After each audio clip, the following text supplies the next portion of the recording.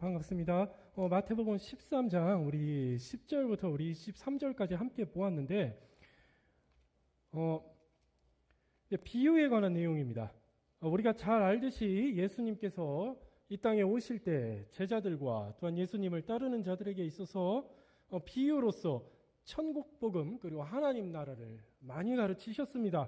그래서 마태복음, 마가복음, 누가복음, 요한복음에 있어서 예수님의 가르침에 있어서 많은 경우에는 비유가 많이 있습니다.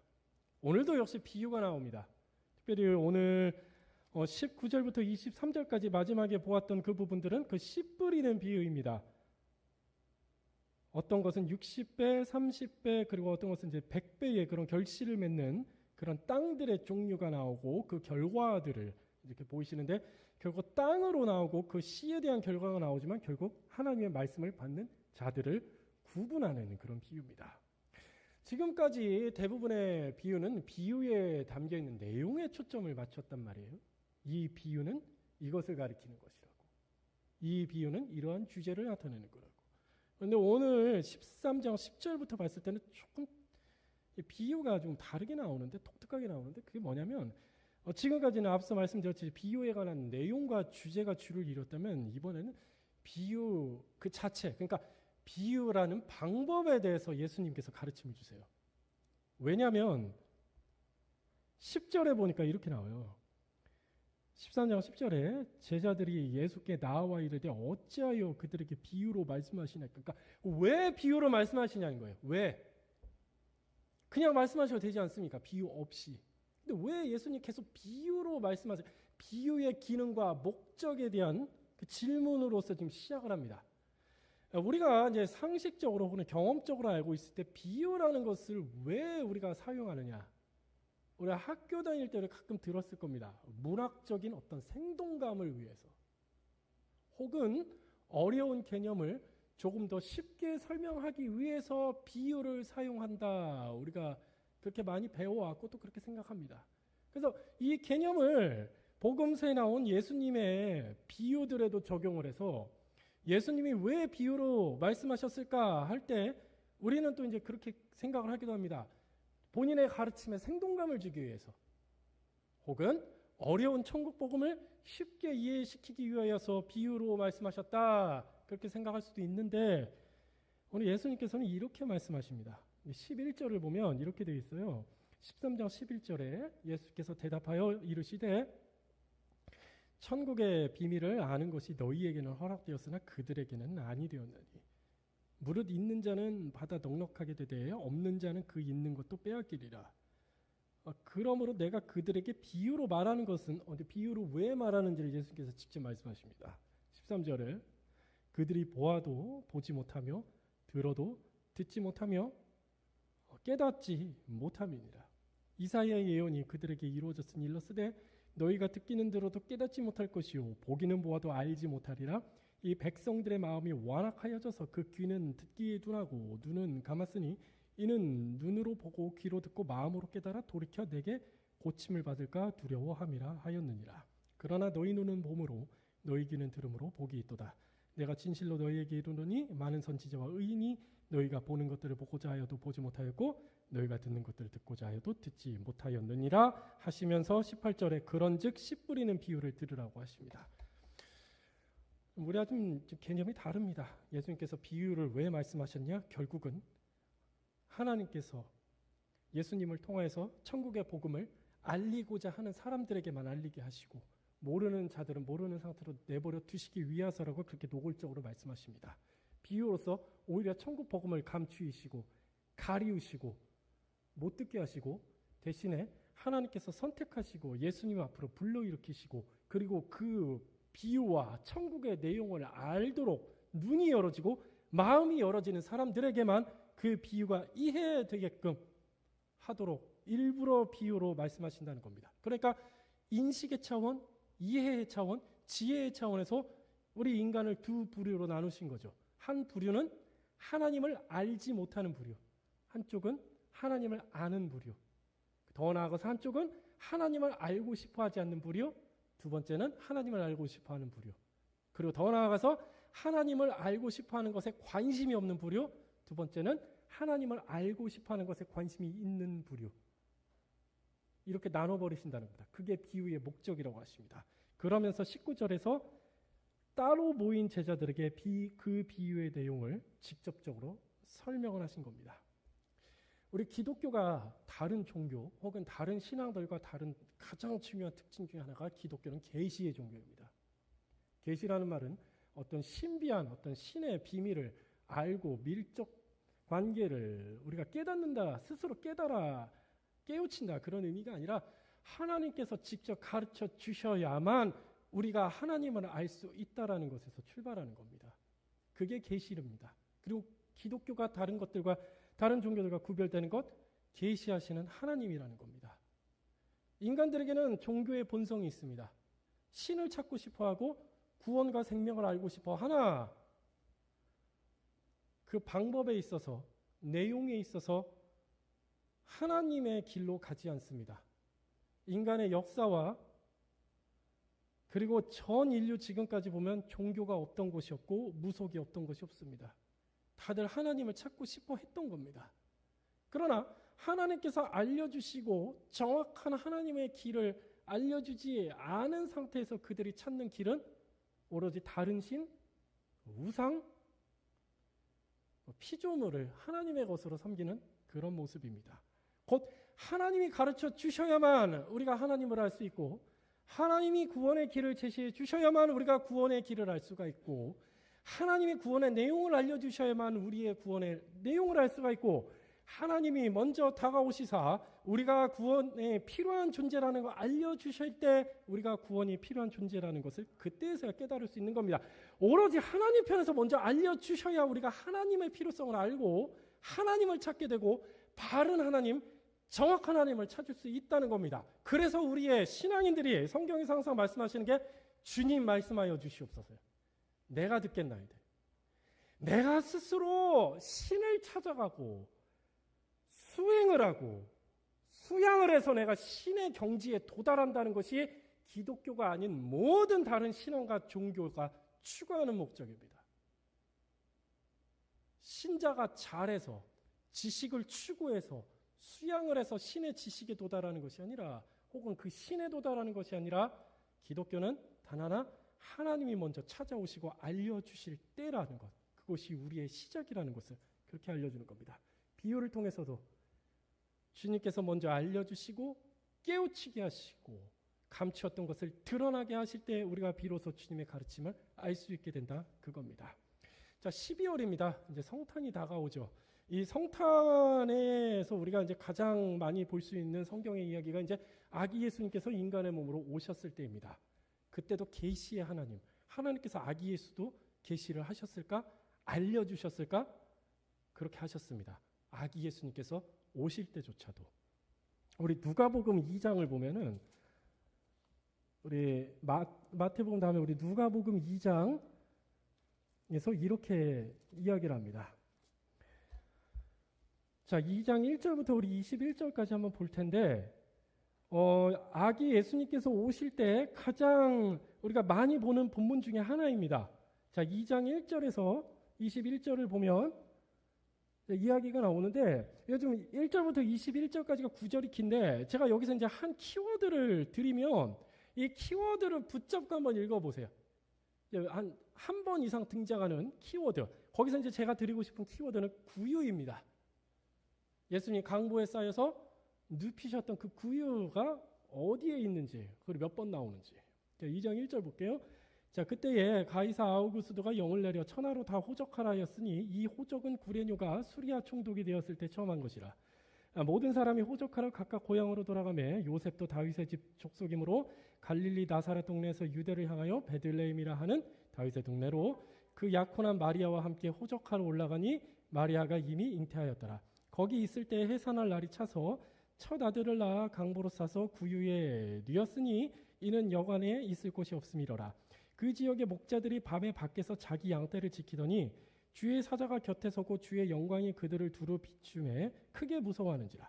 천사가 이르되 무서워하지 말라. 보라, 내가 온 백성에게 비치 큰 기쁨의 소식을 너희에게 전하노라. 오늘 다윗의 동네에 너희를 위하여 구주가 나셨으니 곧 그리스도 주시니라. 너희가 가서 강보에 쌓여 구유에 뉘어 있는 아기를 보리니 이것이 너희에게 표적이니라 하더니 호련히 수많은 천군이 그 천사들과 함께 하나님을 찬송하여 이르되 지극히 높은 곳에서는 하나님께 영광이요 땅에서는 하나님이 기뻐하신 사람들 중에 평화로다 하니라. 천사들이 떠나 하늘로 올라가니 목자가 서로 말하되 이제 베들레헴으로 가서 주께서 우리에게 알리신 바 이루신 일을 보자 하고 빨리 가서 마리아와 요셉과 구유에 두인 아기를 찾아서 보고 천사가 자기들에게 이 아기에 대하여 말한 것을 전하니 듣는 자가 다 목자들이 그들에게 말한 것을 놀랍게 여기되 마리아는 이 모든 말을 마음에 새겨 생각하니라. 목자들은 자기들에게 이르던 바와 같이 듣고 본 그 모든 것으로 인하여 하나님께 영광을 돌리고 찬송하며 돌아가니라. 아멘. 구유가 총 3번 나옵니다. 7절에 한 번 나오고요. 11절에 한 번 나오고 그 다음에 우리 16절에 나옵니다. 한 번만 나와도 될 것 같은데 계속 반복을 합니다. 우리가 지금까지 이제 구유에 대해서 이제 많은 생각들을 할 때 가장 많이 우리가 생각했던 것들이 그겁니다. 구유에 누이신 예수님, 겸손으로 오신 예수님, 낮은 자의 모습으로 오신 예수님, 왕이심에도 불구하고 맞는 말입니다. 우리도 그렇게 볼 수 있습니다. 그러나 여기서 이제 누가복음에서 특별히 구유가 이 예수님 탄생 이야기에서 3번이나 이렇게 반복하는 것, 그리고 무엇을 위해서 이렇게 나왔을까 한번 보는 겁니다. 하나님께서 무엇을 위해서? 이스라엘 사람들, 유대인들은 계속해서 자기들을 구원할 왕, 메시아, 구원자를 기다렸습니다. 언제부터냐면 이사야를 보면 계속 이야기가 나와요. 제가 한번 읽어드릴게요. 이사야서 7장 14절에 보면은 무너졌던 이스라엘, 구원자를 기다리는 이스라엘에게 하나님이 이렇게 말씀하세요. 그러므로 주께서 친히 징조를 너희에게 주실 것이라 보라 처녀가 잉타하여 아들을 낳을 것이요 그의 이름을 임마누엘이라 하리라 하셨어요. 처녀가 잉타하여 아들을 낳을 것이고 그 아들이 하나님과 함께 우리와 함께 하시는 그 구원자가 될 거라고 해요. 그럼 사람들은 궁금해할 겁니다. 그 처녀가 누굴까? 그 아들이 누굴까? 자, 이제 9장 우리 6절을 보면 오늘 9장 6절이 오늘 오전 예배 말씀 본문 중에 하나였습니다. 여기서 이렇게 나와요. 9장 6절엔 이는 한 아기가 우리에게 낳고 한 아들을 우리에게 주신 바 되었는데 그의 어깨에는 정사를 메었고 그의 이름은 기묘자라 모사라 전능하신 하나님이라 영존하시는 아버지라 평강의 왕이에요. 평강의 왕이라 할 것입니다. 자, 구원자 왕이 오시고 근데 그분이 어떤 분으로 오시냐면 한 아기가 우리에게 낳고 한 아기가 우리에게 남자와 여자를 통해서 여인의 몸으로 우리와 같은 모습으로 난 그 아기, 한 아기가 이제 구원자일 텐데 도대체 이 한 아기가 누굴까 이제 관심이 집중되는 겁니다. 도대체 처녀가 잉타하여 낳은 그 아들이 누구고 이 아기는 또 누굴까요?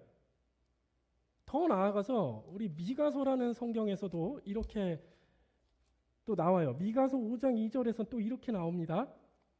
베들레헴 에브라다야 너는 유다 족속 중에서 작을지라도 이스라엘을 다스릴 자가 내게서 내게로 나올 것이라 그의 근본은 상고에 영원에 있느니라라고 했는데 여기서 보면 베들레헴이 나오고 이스라엘을 다스릴 자가 베들레헴에게서 나올 거라고 하는데 아기가 나올 것이고 그 아기가 왕일 것인데 베들레헴에서 나올 것인데 이제 사람들은 궁금해하겠죠. 언제? 그럼 그 아기는 누구?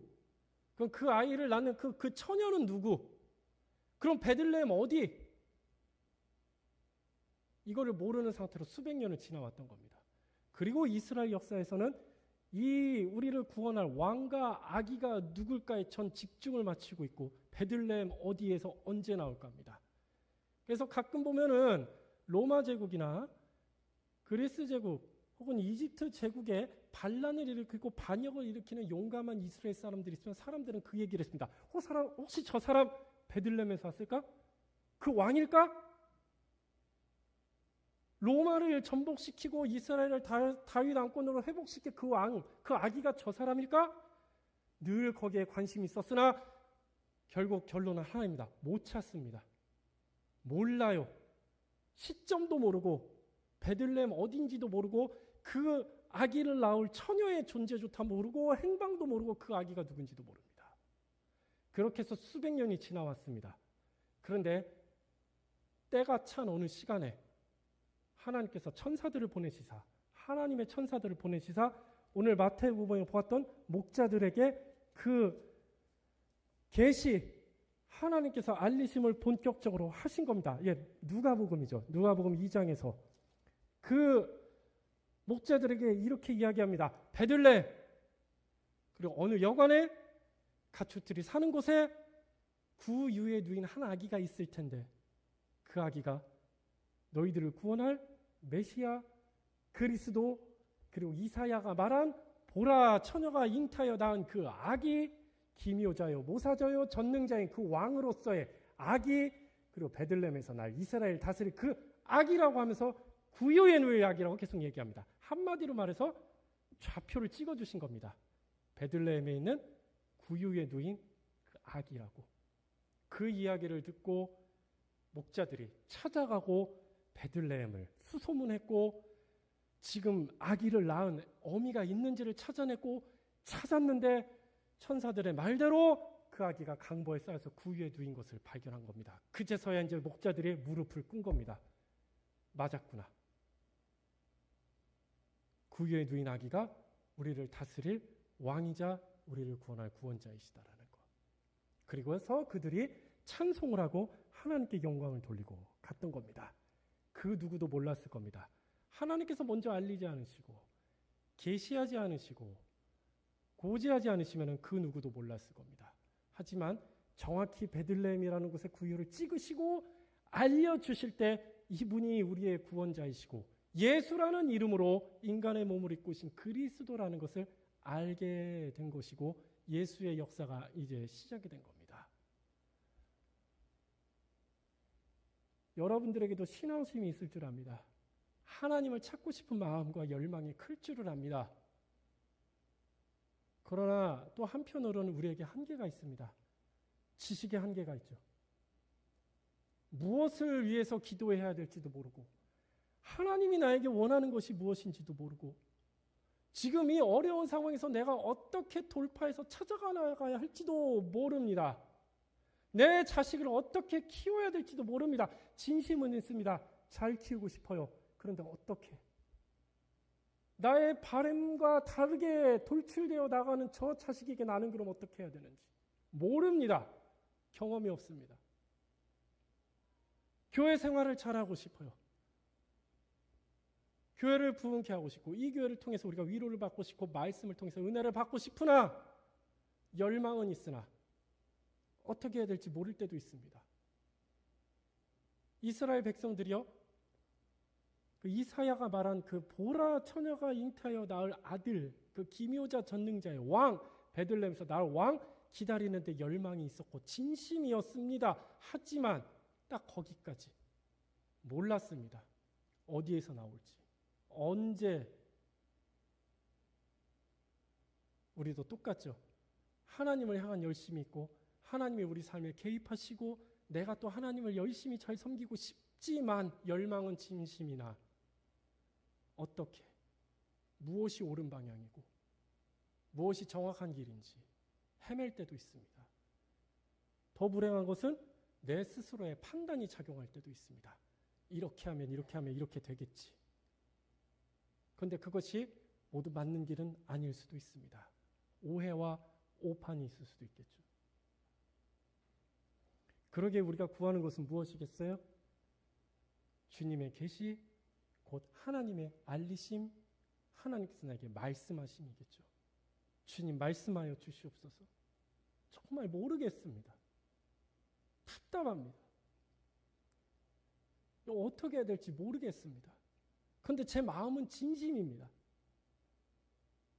동시에 저는 또 이런 한계가 있네요. 인식의 한계, 알의 한계, 하나님의 길을 찾아가는 한계. 찾아와 주시길 바랍니다. 하나님께서 말씀해 주셔야 제가 갈 수 있습니다. 하나님께서 알려주셔야만 제가 그 길을 갈 수 있다니까요. 제 마음대로 못 가요. 저는 그러고 싶지 않아요. 실패할 것 같아요. 주님 말씀하여 주시옵소서. 종이 듣겠나이다. 그 무릎 꿇는 것으로 이렇게 가야겠죠. 그리고 이제 하나님께서 말씀하실 겁니다. 모든 것을 이미 다 완성했고 말하였다고. 단지 너희가 망각하고 잊을 뿐이라고. 혹은 계시의 완성의 성경을 주셨는데 이것을 너희가 게을리하고 있을 수도 있다고. 너희가 멀리 했을 수도 있다고. 혹은 이 말씀을 너희가 가볍게 여겼을 수도 있다고. 무섭게 여기거나 두려워하게 여기는 것이 아니라 말씀은 말씀이고 이건 이거고 타협이 있을 수도 있었다고. 우리가 교회 생활을 하거나 직장 생활을 하거나 여러 사람들을 만날 때마다 사람들 간의 괴로움이 있습니다. 그럴 때마다 또 우리는 인식의 한계에 사로잡혀 있었습니다. 어떻게 해야 되지? 내가 뭘 어떻게 했길래 저 사람이 나한테 저렇게 하지? 나는 잘한 것 같은데 왜 저 사람 저런 반응을 하지? 내가 어떻게 하면 이 교회 사람들, 교우들과 나의 가족과 나의 직장에서 내가 만나는 이웃들과 잘할 수 있을까? 늘 고민해 있습니다. 인간관계의 어려움 우리는 늘 겪습니다. 그럴 때 우리가 기도할 때는 어떻게 해야 됩니까? 우리가 교회의 교우들을 만날 때 우리는 어떻게 해야 합니까? 주님 말씀하여 주시옵소서 우리가 듣겠나이다. 그럴 때 주님께서도 이렇게 말씀하시겠죠. 이미 다 얘기해 줬다고. 너희들은 그걸 따르면 된다고. 계시해 줬다고. 비밀을 알려줬고 그것을 계시로 받아들이지 않는 너희의 어리석음을 돌아보고 다시 한번 주의 말씀으로 돌아오라고 이렇게 말씀하시겠죠. 우리 고린도전서 13장을 보면서 우리 한번 마무리하겠습니다. 우리가 교회로서 모이고 가정으로서 모이고 가정의 구성원으로서 우리의 자녀와 부모들을 대하고 우리가 만나는 이웃들을 대할 때 우리가 일하는 곳에서 만나는 사람들을 대할 때 주님께서 이렇게 하라고 하셨습니다. 그러나 우리는 망각하고 잊어왔고 무시해왔고 가볍게 여겼던 것이나 이 시간 다시 한번 주님께서 우리에게 주신 성도로서의 마음과 행동이 어때야 될지 한번 보겠습니다. 고린도전서 13장 4절입니다. 13장 4절에서 이렇게 얘기하셨습니다. 고린도전서 13장 4절 신약성경 279쪽. 사랑은 오래 참고 사랑은 온유하며 시기하지 아니하며 같이 읽을까요? 예, 그러면 우리 13장 4절부터 13절까지 같이 한번 우리 주님의 말씀을 우리의 입으로서 같이 받아들이겠습니다. 시작. 사랑은 오래 참고 사랑은 온유하며 시기하지 아니하며 사랑은 자랑하지 아니하며 교만하지 아니하며 무례히 행치 아니하며 자기의 유익을 구하지 아니하며 성내지 아니하며 악한 것을 생각하지 아니하며 불의를 기뻐하지 아니하며 진리와 함께 기뻐하고 모든 것을 참으며 모든 것을 믿으며 모든 것을 바라며 모든 것을 우리 7절까지 보겠습니다. 네, 7절까지 보겠습니다. 우리 교우들을 향해서 어떻게 해야 됩니까? 주님 말씀하여 주시옵소서. 주님이 이야기하십니다. 사랑을 해야지. 그럼 그 사랑을 어떻게 해야 되는 겁니까? 알려주십시오. 주님이 말씀하셨습니다. 오래 참으라고, 온유하라고, 시기하지 말고 자랑도 하지 말고 교만하지도 말고 무례히 행치 말라고, 너의 유익만 구하지 말고 성내지 말고 분노하지 말라고 합니다. 악한 것을 생각하지 말고 불의하지 말고 진리로서 기뻐하고 참으라고 하고 믿어주라고 하고 소망하고 견디라고 합니다. 왜 이 말씀을 우리에게 주셨을까요? 우리는 이렇지 않은 사람들이었기 때문입니다. 우리는 이렇게 우리가 살아야 되고 이렇게 우리가 교회로서 모여야 되고 가족들도 이렇게 돼야 되고 만나는 사람들을 대해야 한다는 것을 모르는 자들이고 관심도 없던 자들입니다. 우리는 어떤 자들이었어요? 사랑하지 않는 자들이었습니다. 오래 참지도 않았습니다. 착하지도 않았고 시기와 질투가 가득합니다. 남이 잘 되는 거 우리는 못 봅니다. 자랑하고 싶어 견딜 수가 없습니다. 교만하고 싶어 합니다. 강한 자에게는 우리가 깍듯하게 대하지만 약하고 만만하게 보이는 자들에게는 우리가 무례히 행하려 합니다. 나의 유익과 이기성만을 추구하고 성내지 아니하라는 것보다는 우리는 분노부터 바라고 성질부터 냅니다. 악한 것, 음란한 것들, 쾌락들만 생각하고 정의보다 나쁜 불의를 행해도 괜찮지 않을까라는 타협을 합니다. 진리와 함께 기뻐하기보다는 세속의 것들로 기뻐합니다. 모든 것을 참기보다는 우리는 조급해합니다. 기다려주지 않습니다. 우리는 모든 것을 믿기보다는 불신부터 듭니다. 모든 것을 소망 중에 바라기보다는 절망감과 패배감이 더 큽니다.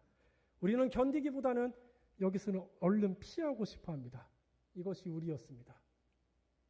그러나 하나님께서 말씀하시고 계시하여 주셨습니다.